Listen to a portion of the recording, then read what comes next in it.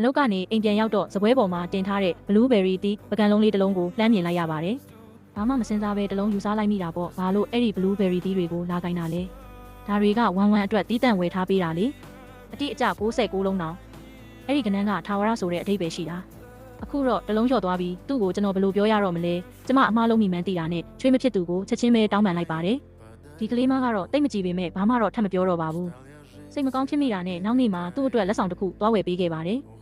ဒါပေမဲ့အိမ်ပြန်ရောက်တဲ့အခါမှာတော့စပွဲပေါ်မှာခုနက blueberry တီးတွေနဲ့ဆေးရေးထားတဲ့စကလုံးကိုစီထားတာတွေ့လိုက်ရတယ်။ဒေါသတွေထွက်လာပေမဲ့တားဖြစ်သူကတော့ဘာမှမဟုတ်တယ်လို့ပဲနေနေတာပါ။ဝမ်ဝမ်ကအရာရာကိုအရန်ပိုင်ဆိုးကျင်တတ်တာအမေလဲသိတာပဲ။အထူးသဖြင့်ကျွန်တော်စီကရတဲ့အရာတွေဆိုရင်ပေါ့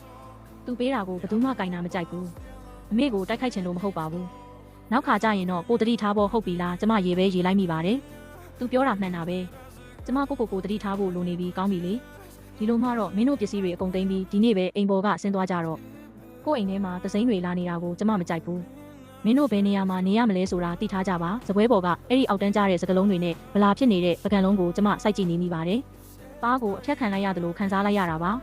တကယ်တော့ကျမက blueberry တီးတွေကိုအရန်ကြိုက်တ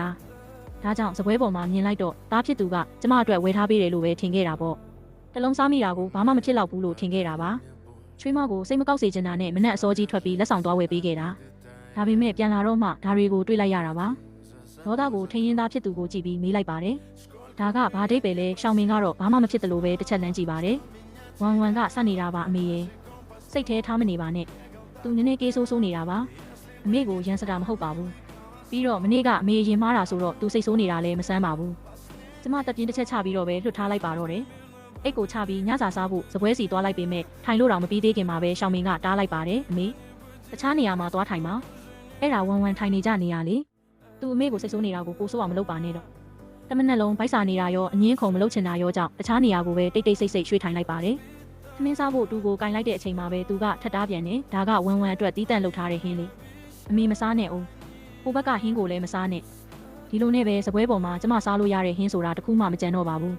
ကျမဒေါသပေါက်ပွဲသွားပါပြီငါအိမ်ထဲမှာငါထမင်းတစ်နက်တောင်ကောင်းကောင်းမစားရတော့ဘူးလားရှောင်းမင်းကတော့ဒါဟာဘာမှမဟုတ်တယ်လို့ပဲနေနေတော့မှတခြားဟင်းတစ်မျိုးမျိုးလုပ်ခိုင်းလိုက်ပေါ့ဘာလို့ဒီဟင်းတွေကိုပဲစားကျင်နေရတာလ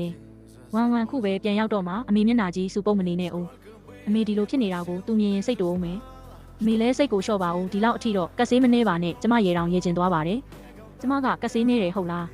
ဒီကလေးတောင်းသမျှအကုန်ပေးခဲ့တာသူ့မိမကိုလည်းဘယ်တော့မှမရဘူးလို့မပြောခဲ့ဘူးကက်ကိုစိတ်ကြိုက်ချစ်ကားနဲ့အိမ်ကိုလည်းစိတ်ကြိုက်ရွေးစေခဲ့တာအခုကျတော့ကျမကကက်ဆေးနေတဲ့သူဖြစ်သွားရတာလားကျမဘာမှမပြောရသေးခင်မှာပဲအိမ်ရှိတကားပွင့်လာပါတယ်ချွေးမဖြစ်သူရန်ဝမ်ကဈေးဝယ်အိတ်တွေအများကြီးတည်ပြီးဝင်လာတာပါမေ blueberry တီးတွေကြိုက်တယ်ဆိုဒါအမေအတွက်တီးတန့်ဝယ်လာတာစားလိုက်ပါဦးသူ့လေတံကတမျိုးကြီးဖြစ်နေပါတယ်ရွယ်ပြောနေတယ်လို့မျိုးပေါ့အိတ်ကိုဖွင့်ကြည့်လိုက်တော့အထဲမှာအကုန်ပုတ်စော်နေနေတဲ့ blueberry တီးတွေကိုတွေ့လိုက်ရတယ်အသားတွေကပျော့ဖက်နေပြီးလောက်ကောင်တွေတောင်ထနေပြီအနံ့ကလည်းတော်တော်လေးဆိုးပါတယ်စားလေ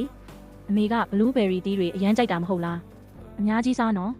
ဒီပုတ်နေတဲ့အသီးတွေကိုမြင်ရင်ဘသူ့ကိုသွားတတိရလဲသိလားတချို့လူတွေကိုပေါ့အနံ့တက်ကအတူတူပဲဟိုးအရင်ကရှောင်းမင်းကိုလာမြူဆွဲတဲ့မိန်းမတယောက်လိုမျိုးလေသူ့စီကအနံ့ကိုအဝေးကတောင်ရနိုင်တယ်အဲ့ဒီလိုလူမျိုးတွေကအထဲကနေပုတ်နေတာဟုတ်တယ်မလားအမေရန်ဝမ်ကတော့နှာခေါင်းရှုံပြီးပြောနေတာပါစကလုံးတိုင်းကကျမကိုထိုးနှက်နေတယ်လို့ပါပဲရင်ထဲမှာဒေါသတွေထွက်နေပေမဲ့မနေ့ကအဖြစ်ပြက်ကိုပြန်စဉ်းစားမိတယ်ကျမကအရင်မားခဲ့တာလေဒါကြောင့်ပဲတီးခံလိုက်ပါတယ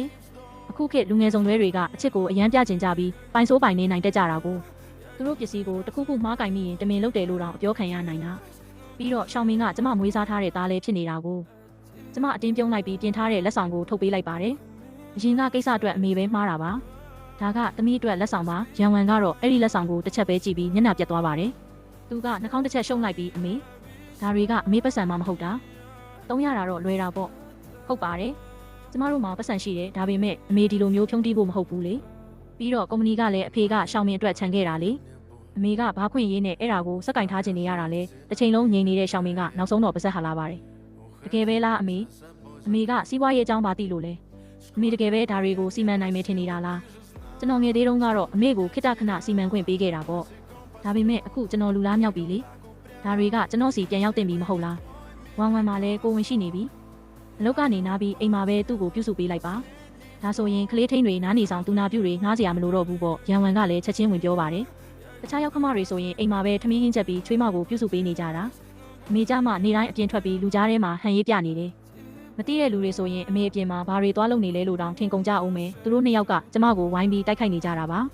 လက်ညှိုးနဲ့ထိုးတော့မဲ့အတိုင်းပါပဲကျမလည်းတီးခံနိုင်စွမ်းကုန်သွားပါပြီရှောင်းမင်းမင်းဒီနှစ်တွေတလျှောက်စားခဲ့ဝတ်ခဲ့သုံးခဲ့တာတွေကဘသူပတ်စံတွေလဲဒီအိမ်ဒီကဘသူဝယ်ပေးခဲ့တာလဲဒါကိုမင်းကငါမျက်နှာကိုကြည့်ပြီးပြောထွက်တယ်ပေါ့လေရန်ဝန်ကတော့ကျမကိုဟာသားတစ်ခုပြောနေတယ်လို့မျိုးကြည့်နေပါတယ်တကယ်ကိုအရှက်မရှိတာပဲဒါတွေအကုန်လုံးကအဖေကကျမနဲ့ရှောင်းမင်းအတွက်ခြံခဲ့တာလေကျမတို့ကိုပတ်စံကိုတုံးနေတာဘာပြဿနာရှိလို့လဲတကယ်တမ်းပြောရရင်အမေကသာကျမတို့အပေါ်မှာမိခိုနေတာပါရှောင်းမင်းကအရင်ကသဘောကောင်းလို့တီးခံနေတာကျမကတော့အဲ့ဒီလိုမဟုတ်ဘူးအဲ့ဒီလိုပြောပြီးတာနဲ့ရန်ဝန်ကကျမရဲ့ပစ္စည်းတွေကိုအစေခံခန်းထဲရွှေ့ဖို့လူတွေကိုအမိန့်ပေးလိုက်ပါတယ်ကျမဒေါသတွေနဲ့တုံရင်နေမိတယ်ရှောင်းမင်းကိုလှည့်ကြည့်ပြီးမင်းလည်းအဲ့ဒီလိုပဲထင်တာလားလို့မေးလိုက်မိပါတယ်ရှောင်းမင်းကတော့စိတ်ပြက်တဲ့ပုံစံနဲ့သူ့ကိုစိတ်မဆိုးအောင်နေပါလို့ကျွန်တော်ပြောသားပဲ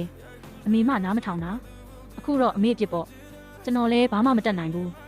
ဒီနေ့ကစပြီးအိမ်မှာပဲငြိမ်ငြိမ်လေးနေပြီးအိမ်လုပ်တွေပဲလုပ်တော့